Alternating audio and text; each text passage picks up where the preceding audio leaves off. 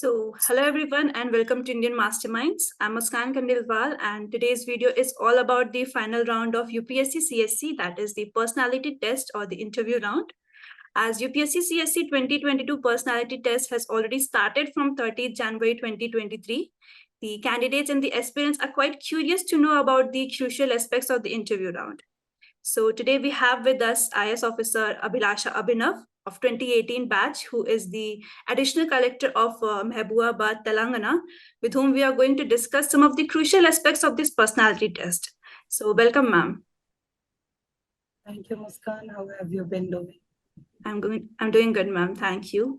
So we will start with the very first question. My first question is, what is this detailed application form or DAF, and how much is it important for the personality test? Like, what type of questions are asked from it? Okay.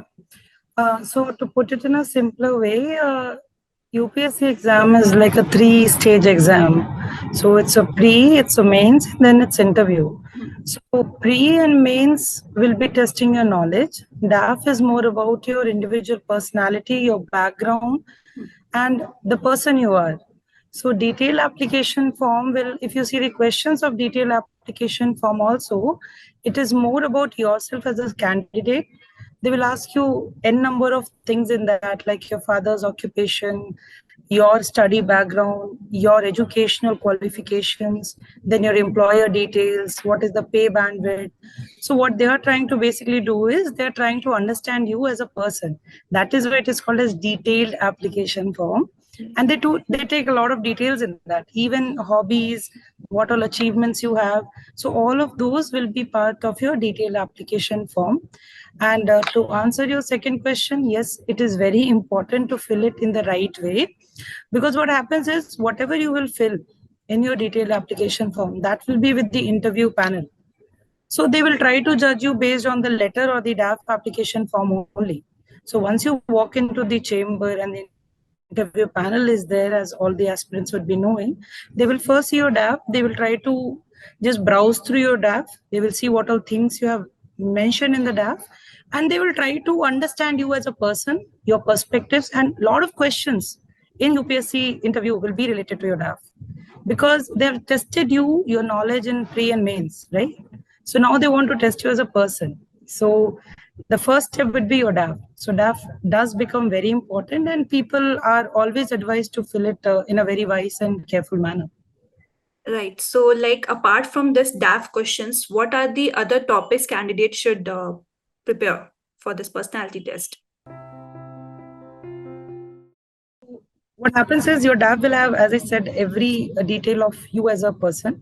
Once you're done with it, or if you're thorough with your DAF things, then the other thing that can be related to it can also be part of the question. Like, for example, if you mention your schooling as Navodaya Vidyalaya, suppose, then you can expect some questions related to Navodaya Vidyalayas also.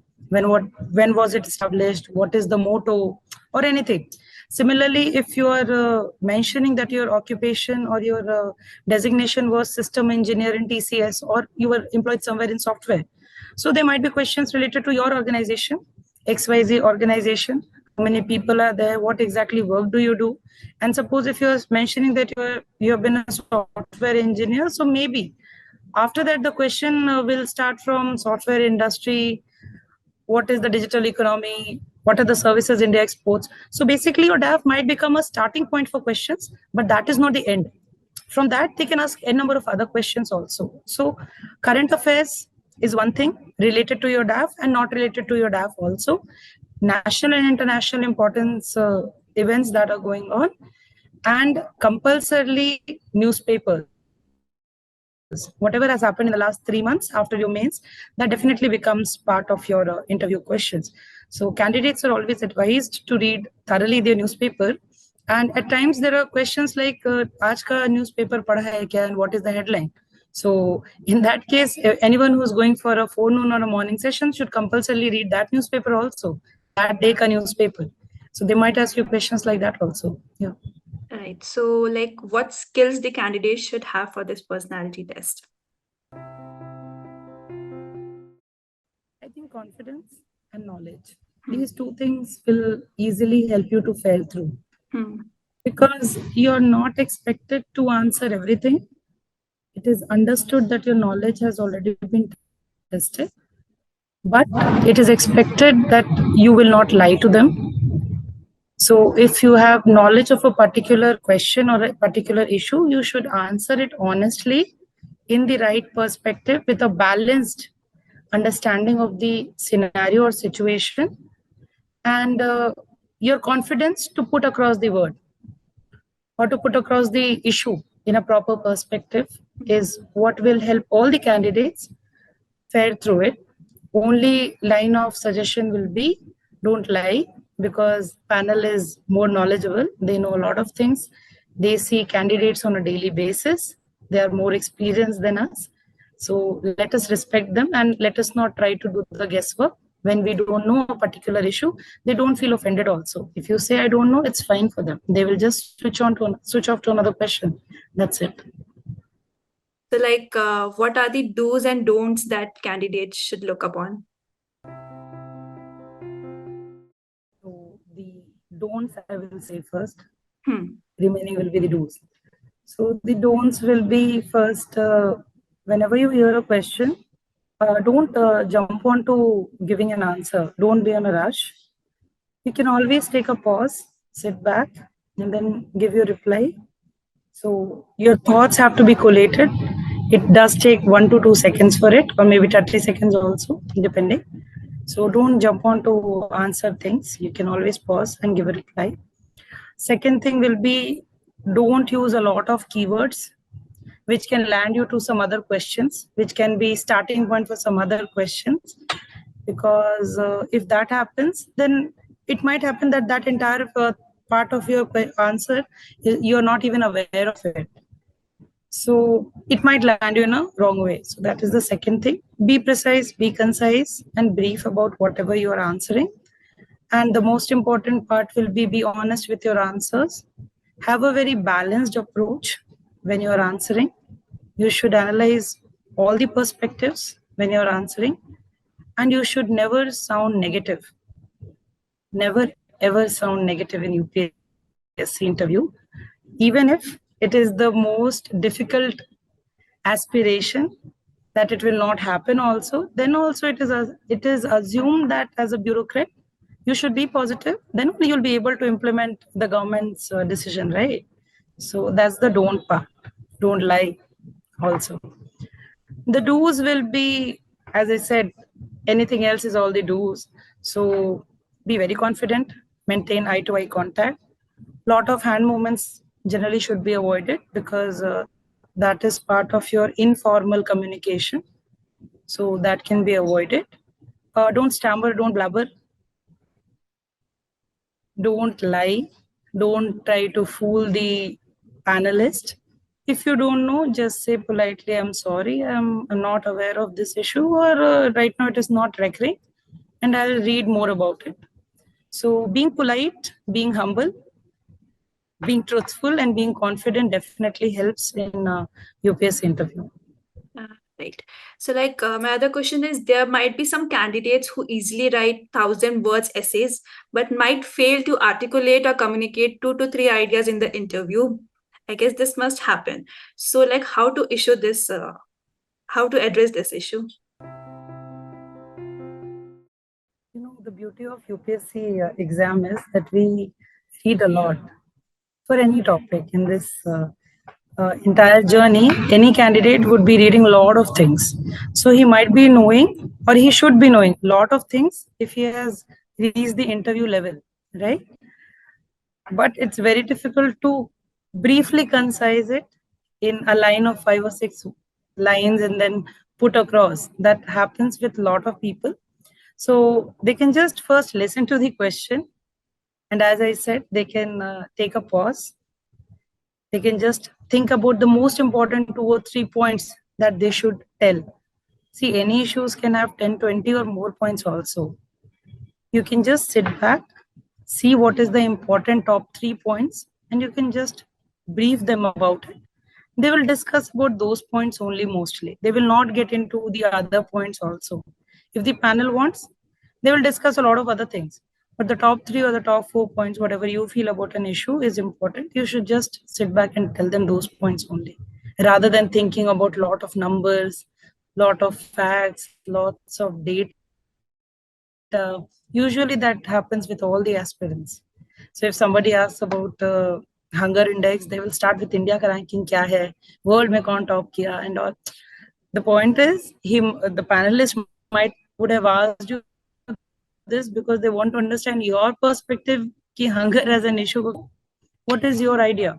So if you know the data, it is good. If you don't know, it doesn't matter much. You should put forth your point across in a more better way. Okay, so like what should be the dressing sense of a candidate who got selected for this personality test? I would say for girls, the general Indian attire is good. You can have a decent salwar kurta, and you can have a sari also. Not very bright colors. It shouldn't appear that you're going in a wedding. Not a lot of makeup. It should be decent. And your hair and other things also should be decent. It doesn't matter you tie, you untie, that doesn't matter much. Girls always, like I also had that question, to tie, to untie, to do what.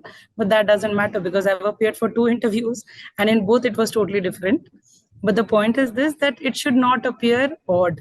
You should look decent. So light colors are always preferable. Bright colors should be avoided mandatorily. For boys, usually they go for a suit only. That's what I have seen. But even if they go for formal shirt and pants, that is pretty good. So dark color is what they usually prefer. So that's the attire I should suggest. Okay, so finally, what message or a piece of advice that you want to give to the candidate who are appearing for the personality test and for the aspirants as well who are going to prepare for the UPSC CSE 2023? For the candidates who are going to appear for the personality test, first of all the very best to all of you. You have come a long way. You know a lot of things. So they won't test you on your knowledge per se. Be confident. You're already well read. Be confident of what you know and just try to collate your knowledge and try to present it in the most polite, humble, and honest way that is possible. That will surely help you. For candidates who are preparing for 2023, since it is February right now, I'm sure many of these students won't have covered their syllabus also. So they will be like, syllabus cover nahi hua hai, prelims dena bhi hai ya nahi. That might also be one question. So my advice to all of you will be, if you have covered your syllabus properly or partially also, and if you see that the static portion is covered and you're good with your current affairs and others, please do a lot of revision. Test series le lijiye. Like you don't need to subscribe to a coaching institute for it. There are a lot of free materials available. Practice a lot of questions because that will help you in the actual examination. So abhi there are almost 3 to 4 months left for the exam. Practice lot of questions. Read your static, current affairs, keep a tab on it, and do a lot of revision before you go to exam. That will surely help you, and be confident and believe in yourself. This entire exam process is such that you have to really believe in yourself. That's it, because it tests you mentally also. So be mentally calm. It is okay. Everyone fears. We also feared when we appeared, even for a PT, for a mains, for an interview. Everyone fears. Everyone has that nervousness. So that is all okay. But eventually you will go through. So all the very best to all the aspirants. Okay, that's great. It's good to hear. So we hope that this video will help candidates and aspirants, both who are going for the personality test and who are preparing for the further examination. So thank you, ma'am, for joining us and sharing these valuable information with us. Thank you so much, Muskan.